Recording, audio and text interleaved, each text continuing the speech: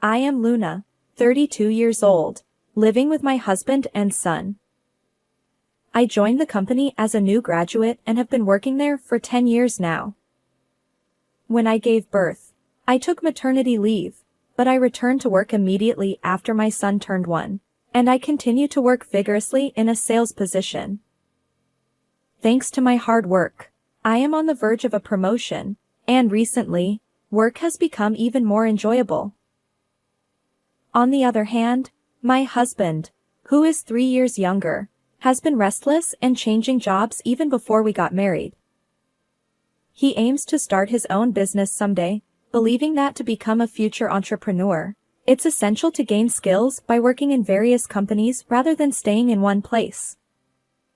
However, when I look at my husband's current situation, his salary decreases with each job change. I have doubts about whether he is truly improving his skills. Despite that, I felt it was my responsibility to support our household while encouraging my husband's dreams. I wanted to believe in his potential. However, my husband betrayed me. He used an unthinkable method to trap me. During the first couple of years of our marriage, my husband and I got along well. Our life wasn't easy due to his unstable job, but spending time with my husband dreaming about building our own home and traveling abroad was enjoyable. However, things changed after I gave birth to our son. My husband became noticeably cold towards me. Looking back, perhaps he hadn't changed much himself.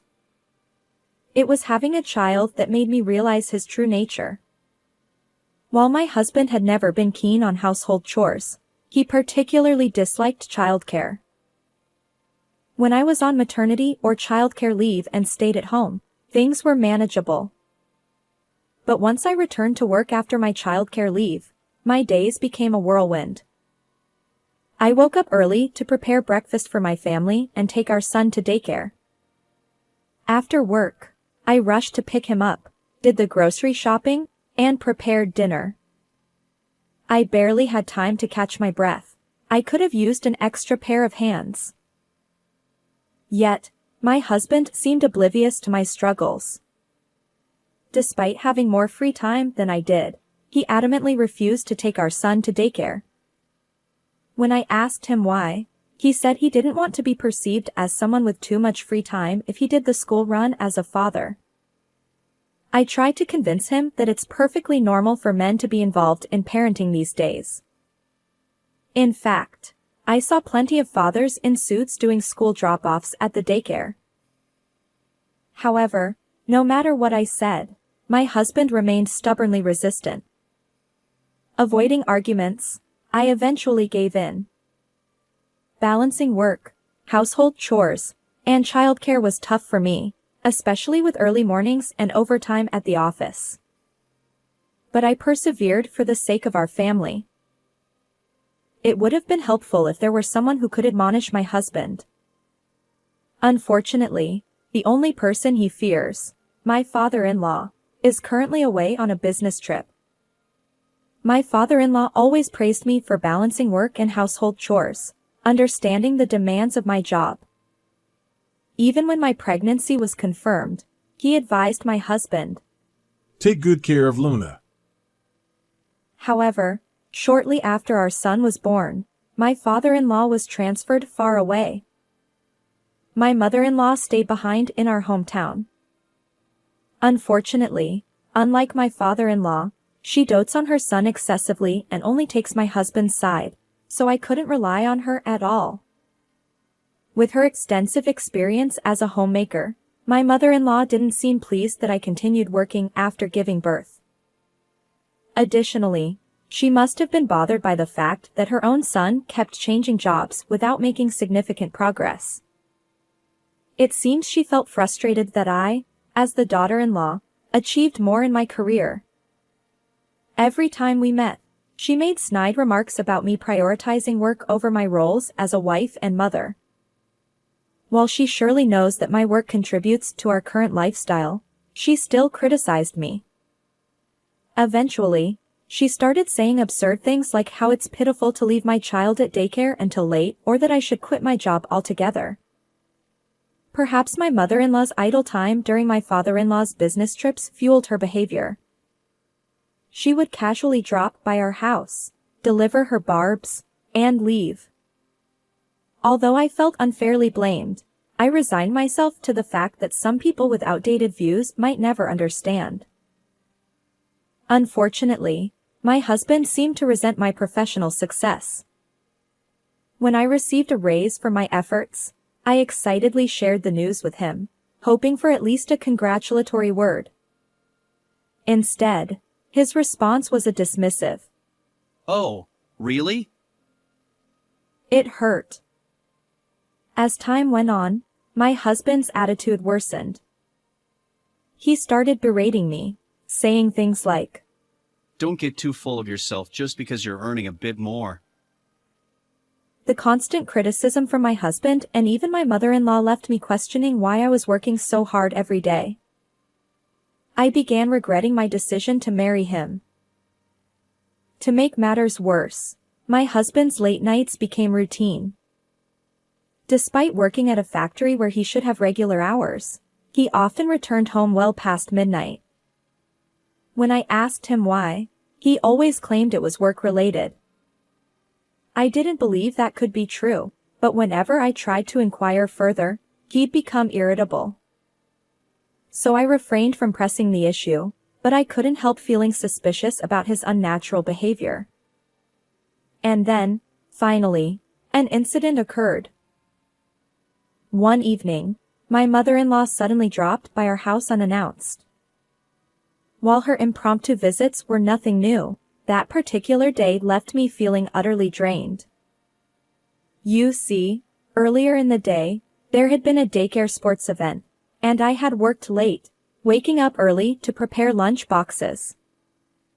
I was exhausted and had planned to go to bed early, especially since an important business meeting awaited me the next morning. My son, worn out from the sports event, had already dozed off in his bedroom after dinner. However, with my mother-in-law's arrival, I couldn't simply retire for the night. Determined, I dragged my tired body to the kitchen to prepare some tea. However, at that moment, my husband suddenly grabbed my arm tightly. Surprised, I looked at his face. You must be tired, so I'll take care of it. My husband rarely steps into the kitchen, so I was taken aback. Normally, he insists that I handle everything, cooking, cleaning, and more, no matter how exhausted I am from work. Perhaps he wanted to impress my mother-in-law. I thought it was probably just empty words, so I ignored him and headed back to the kitchen. But my husband wouldn't let go of my arm. This time, with a stern tone. Just sit down and rest. He forcibly seated me on the sofa. I felt trapped. If I allowed my husband to make tea for me, I knew my mother-in-law would have something to say. Surely, she'd criticize me for being a demanding wife. However, to my surprise, even my mother-in-law chimed in. Luna, it's okay to sit. She gently held me down and smiled. While I conversed with my mother-in-law, my husband went into the kitchen and started brewing tea. Something is amiss. There's no way both of them suddenly had a change of heart. What's going on today? As I pondered my suspicions, my husband approached with a teacup on a tray. Well, have some tea. He placed the cup in front of me, smiling. I thanked him while keeping a close eye on his behavior. It seemed my husband kept glancing at me. Even my mother-in-law appeared more restless than usual. Definitely strange. I lowered my gaze to the tea my husband had brewed. Ah, I see now. He must be up to something. Yes, there had to be a reason behind their unnatural kindness. I wasn't about to fall into their trap. No more mercy. I was ready. I lifted the teacup but paused just before taking a sip. By the way, didn't we have some tea snacks in the fridge? Let's offer them to Mom, I said, facing my husband. Normally, my husband wouldn't bother serving tea snacks to guests. But today, after telling me to rest, he had no choice but to comply. Initially bewildered, he eventually conceded. Oh, right. He headed back to the kitchen to fetch the treats. My mother-in-law followed suit, saying, Oh dear. Thanks. I seized the opportunity. As my husband returned with the tea snacks, I finally took a sip from the teacup. My mother-in-law, sitting next to me, also began sipping her tea. We engaged in light conversation for a while, showing my son's sports day videos to my mother-in-law. However, both my husband and mother-in-law continued to stare at me unnaturally. Despite feeling their sharp gazes, I calmly finished my tea. Observing my composure, my husband tilted his head in confusion. Just when I thought everything would proceed without incident, a sudden change occurred. My mother-in-law's complexion darkened, and she furrowed her brow. Then, she clutched her stomach and rushed out of the living room with surprising speed. Her destination? The bathroom, of course. I had suspected something was amiss, and now it seemed my intuition was correct. Glancing at my husband, his eyes remain wide open, and he looks utterly bewildered.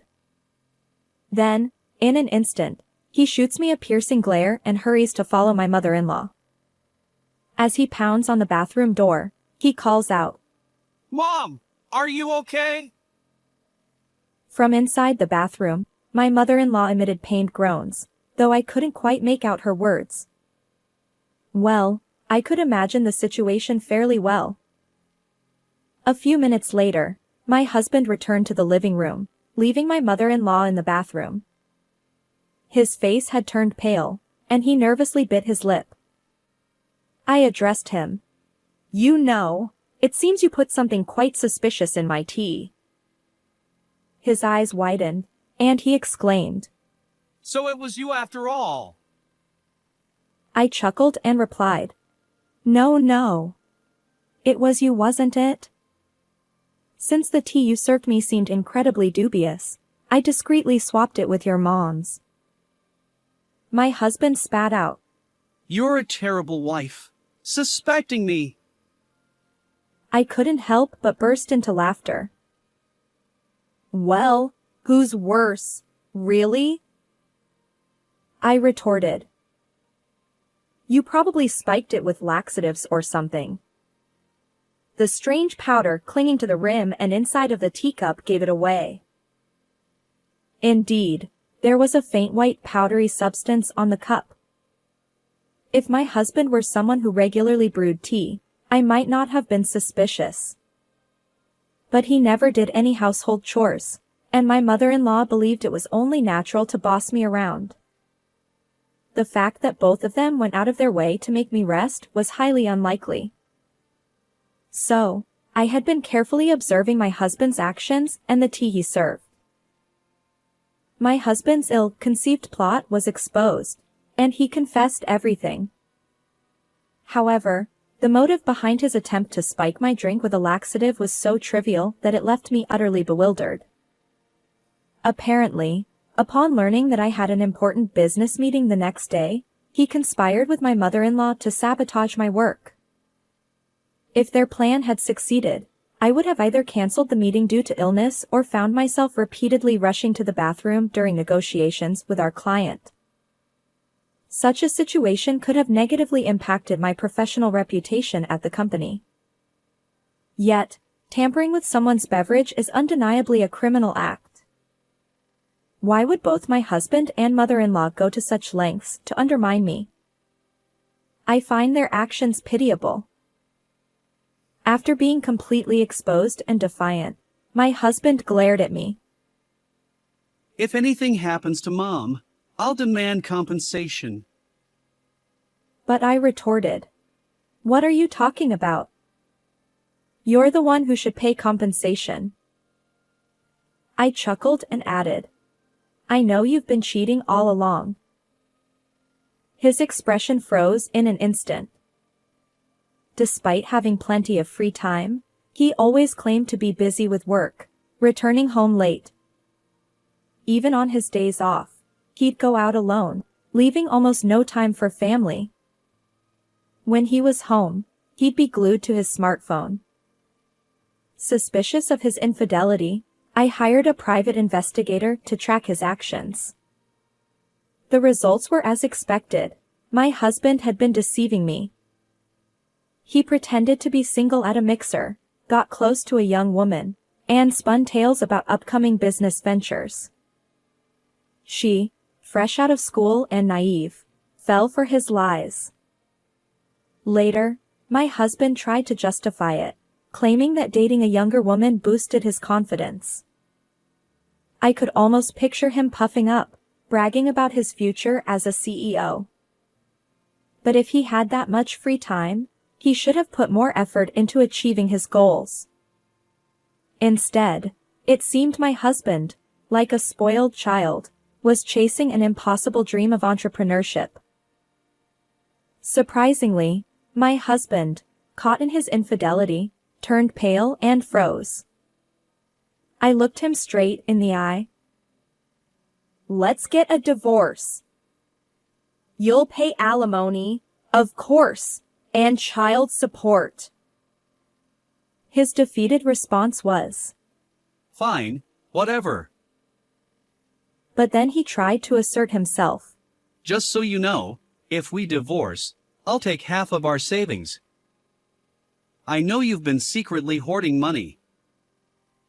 I chuckled and sighed. You won't get a share of my assets.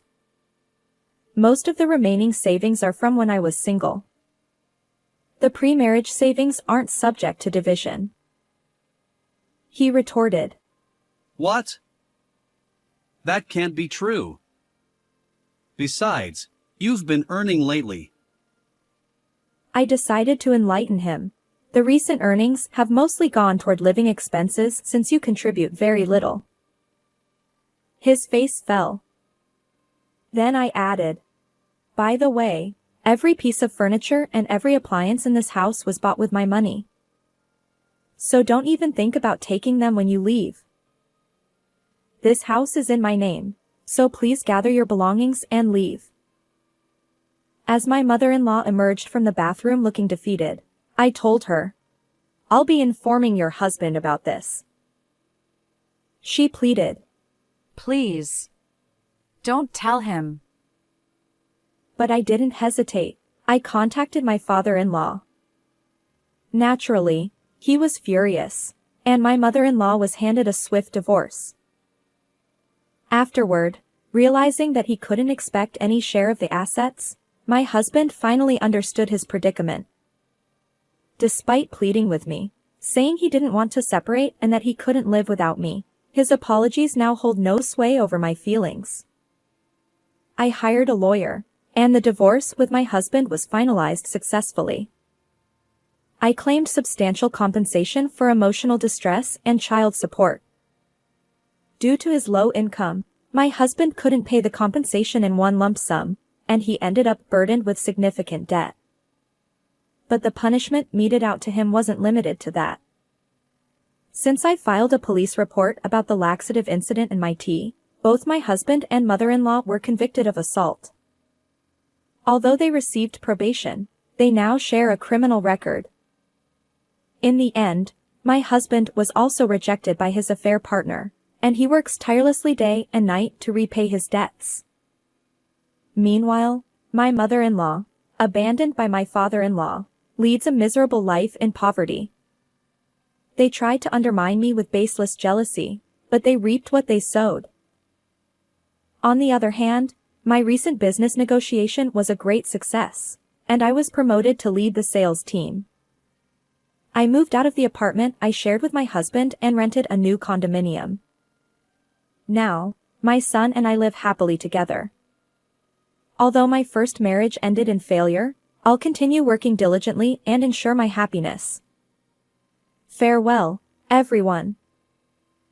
How did you find this story? Please consider subscribing to the channel. Until next time, take care.